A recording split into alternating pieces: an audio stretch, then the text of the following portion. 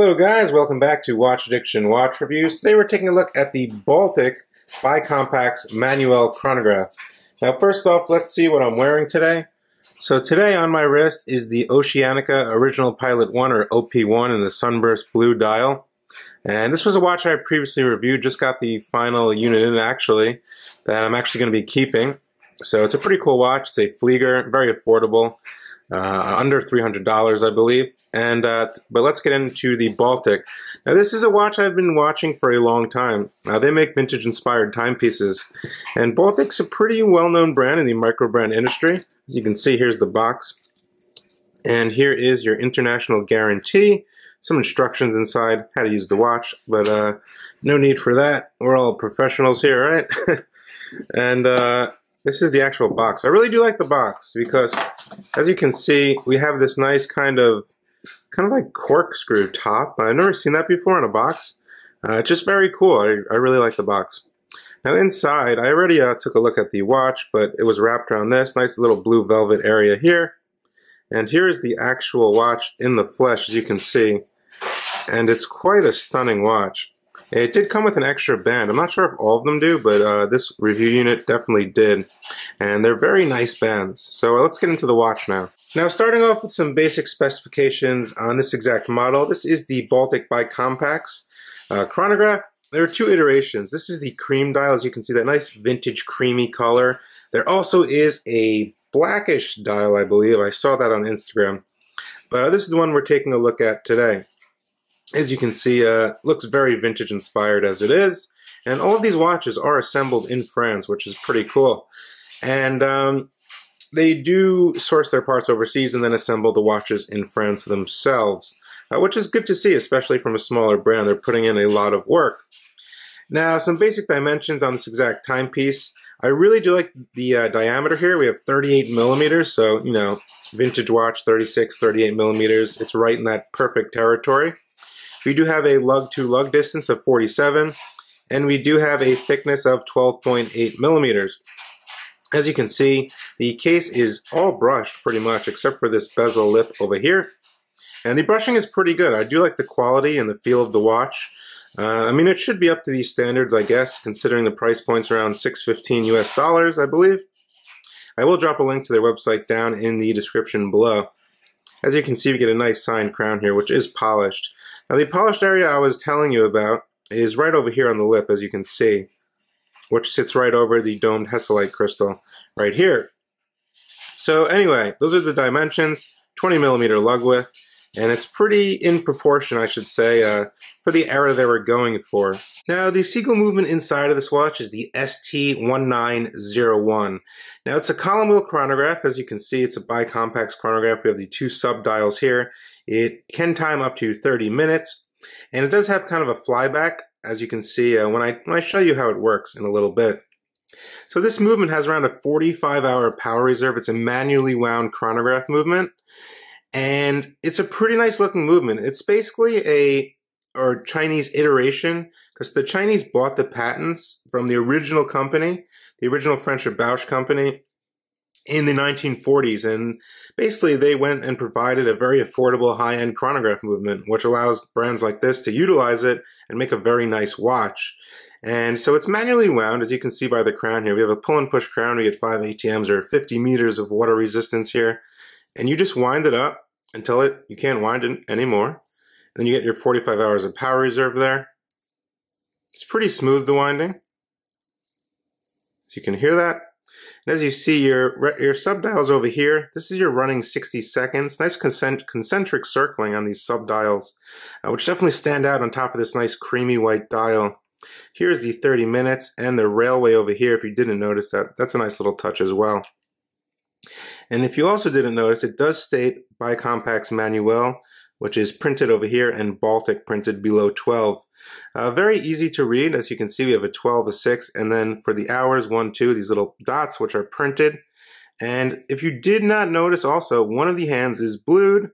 It is the chronograph hand, and it's actually blued, so that's pretty cool. It's a pretty thorough process to blue a hand, heat treat blue a hand. So definitely kudos to them for doing that. And yeah, all around a very vintage looking watch.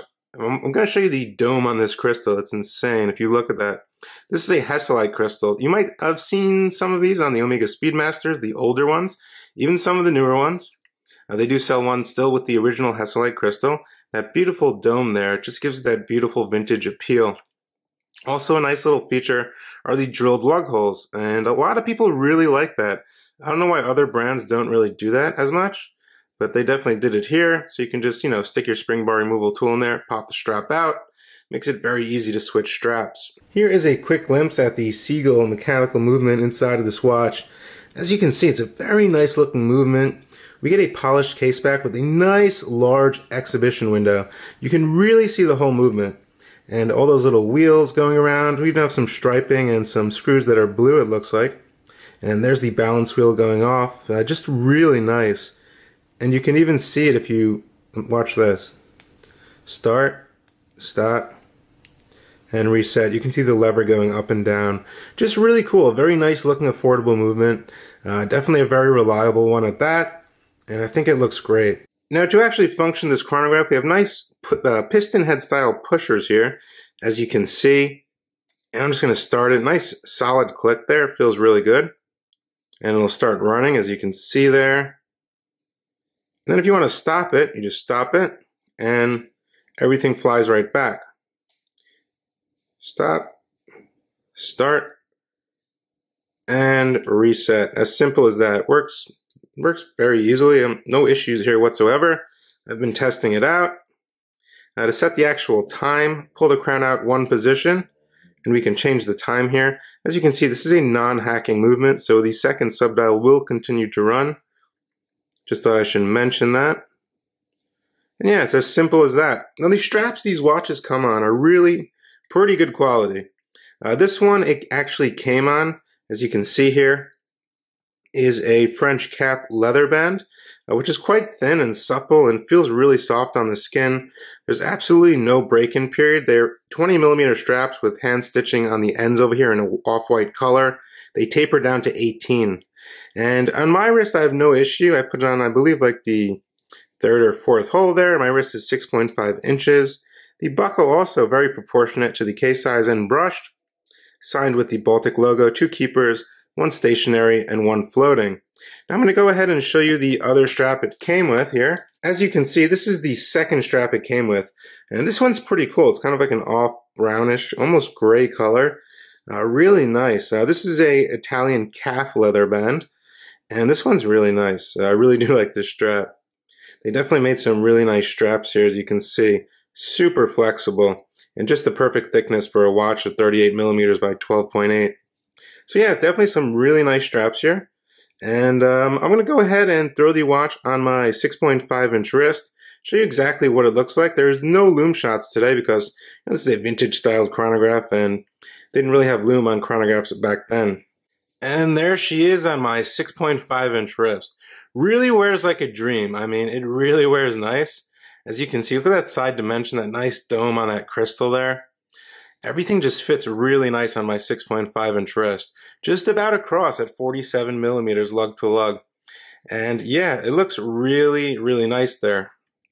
That nice off-cream dial, the strap, everything just matches up. Nothing looks out of place. Almost sort of reminds me of the Longines Heritage line, a couple of their pieces, but not really.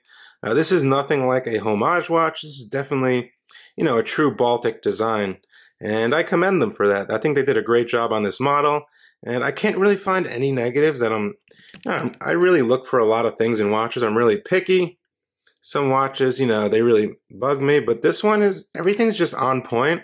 Everything's really in place there. And it wears like a dream. I mean, this is a great everyday chronograph. Can be dressed up, dressed down. Definitely thin enough to slip under a cuff if you really wanted it to. So I want to know what you guys think. Let me know what you think of the BALTIC BiCompax chronograph down in the description below. I will leave a link to their website in the description as well. You also can read the written article on watchaddiction.com and hope to see you guys on the next video. Thanks so much for tuning in. Bye.